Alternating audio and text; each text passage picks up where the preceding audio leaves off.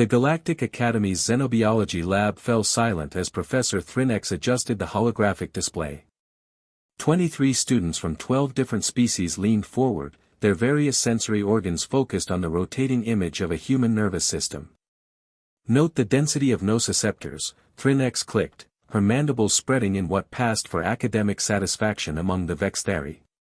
Humans possess one of the most sensitive pain networks in the known galaxy. Their threshold is remarkably low compared to species like the Korthans or even us. A Drevian student, whose crystalline body refracted the lab's blue lighting into dancing patterns, raised an appendage. Professor, if their pain sensitivity is so acute, how did they survive their evolutionary period? Surely they would have been eliminated by natural selection. An excellent question, Shard 7. Humans compensated with exceptional cognitive abilities and social cooperation. They learned to avoid pain through intelligence rather than physical resilience. Thrinex pulled up another display. In fact, human medical history shows an obsessive focus on pain elimination, anesthetics, analgesics, entire pharmaceutical industries dedicated to preventing discomfort. The door to the lab hissed open. A human liaison officer stepped through, and Thrinex's anterior eyes widened with delight.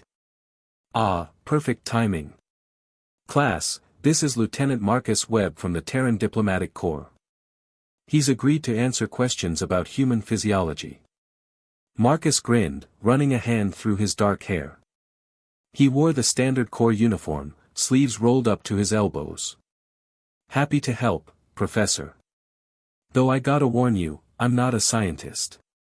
Nonsense, lived experience is invaluable, Thrinex assured him. Lieutenant, we were just discussing human pain sensitivity. Can you confirm that your species finds pain particularly intolerable?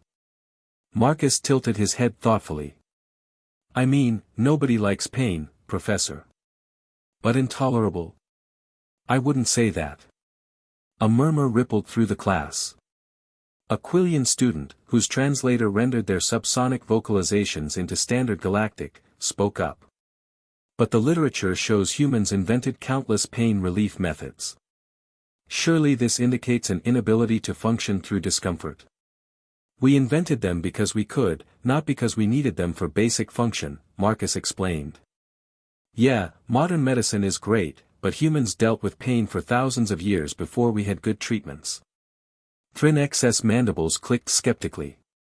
Lieutenant, with respect, the data is quite clear. Human pain thresholds.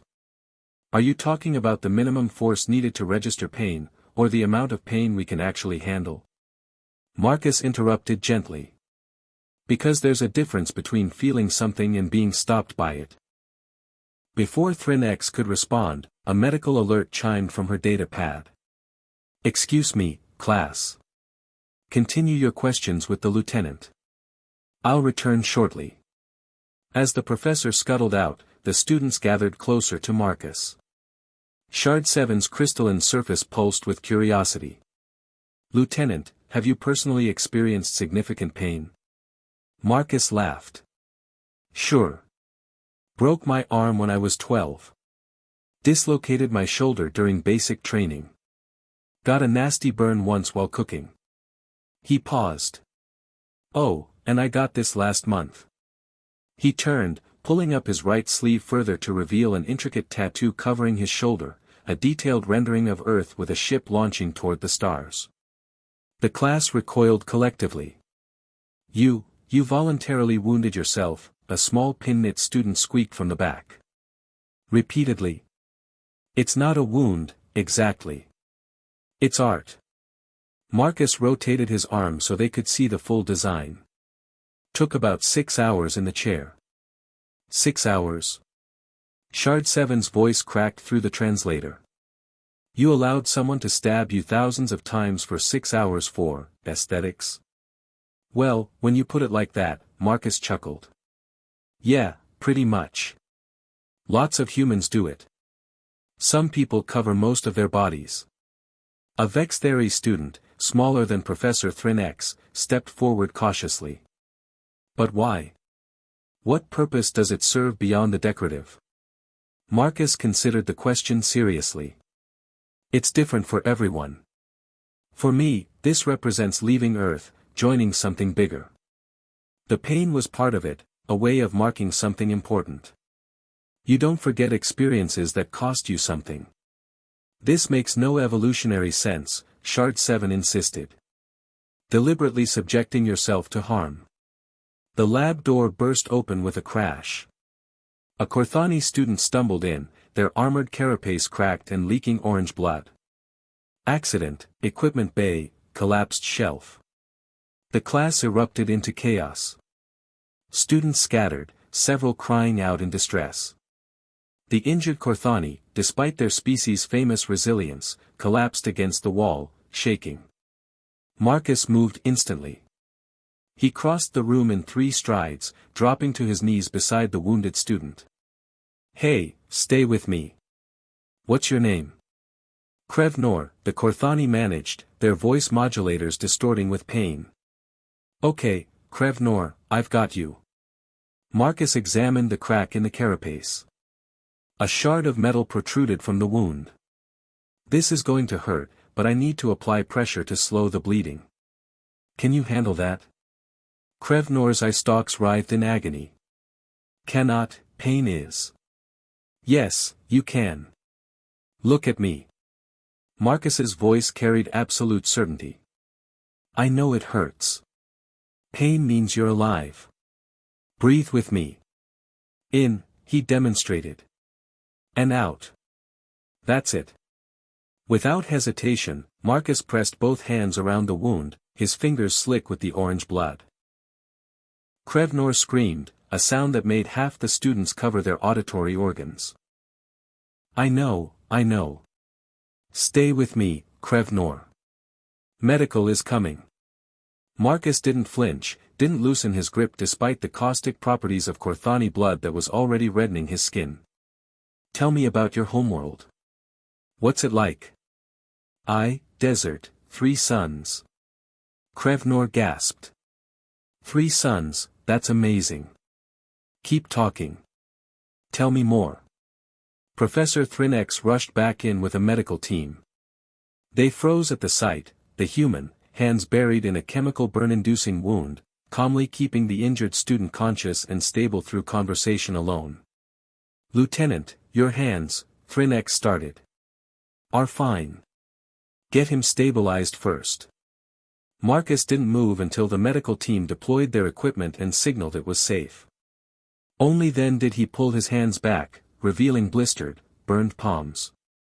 The medical team whisked Krevnor away. Marcus stood, cradling his injured hands carefully, and turned to find the entire class staring at him in stunned silence. Lieutenant Webb, Thrinex said slowly, you just subjected yourself to significant chemical burns without so much as a grimace. Marcus glanced at his hands and shrugged. Krevnor needed help. My hands will heal. But the pain is just information, Marcus finished. Look, Professor, you're not wrong about humans feeling pain intensely. We do. We've got all those nerves you showed the class. But somewhere in our evolution, we learned something important. He met the professor's eyes steadily. Pain is a signal, not a stop sign. It tells us something's wrong, but it doesn't get to decide what we do about it. Shard 7's crystalline form pulsed rapidly. You're saying humans feel pain acutely but simply, choose to continue anyway. Pretty much. We invented all that pain medication you mentioned not because we couldn't handle pain, but because we decided we shouldn't have to when there's an alternative. Marcus smiled despite the obvious discomfort from his burns. But when there's no alternative? When something matters more than the pain? Then we just, deal with it. A pin-knit student spoke up timidly. Is that why humans are effective soldiers? Why your species has such a reputation in conflict zones? Marcus's expression sobered. Partially. When your people need you, when lives are at stake, you learn to put pain in perspective pretty fast. He looked down at his burned hands. Should probably get these treated now though. Anyone know where the medical bay actually is? I'm still new here. As Thrin personally escorted Marcus to medical, the class remained in the lab, the lesson plan completely forgotten. They gathered around the holographic display of the human nervous system, seeing it with entirely new eyes. Pain is just information, Shard 7 repeated slowly. Not a stop sign. The Vex Theory student who'd been taking notes looked up. Professor Thrin will need to revise the entire curriculum section on human limitations. Indeed, another agreed. I suspect we've been catastrophically misunderstanding what pain sensitivity means. Outside the lab, Marcus walked alongside Professor Thrin, cradling his burned hands. The professor's mandibles clicked in a pattern that human Vex Theory relations experts had identified as profound respect. Lieutenant, I must apologize. Our academic understanding of your species was incomplete. Marcus grinned despite the throbbing in his palms. No worries, Professor. Most species don't get it at first. Hell, half the time I'm not sure humans understand it ourselves. We just know that the universe throws pain at you whether you're ready or not. He glanced back toward the lab.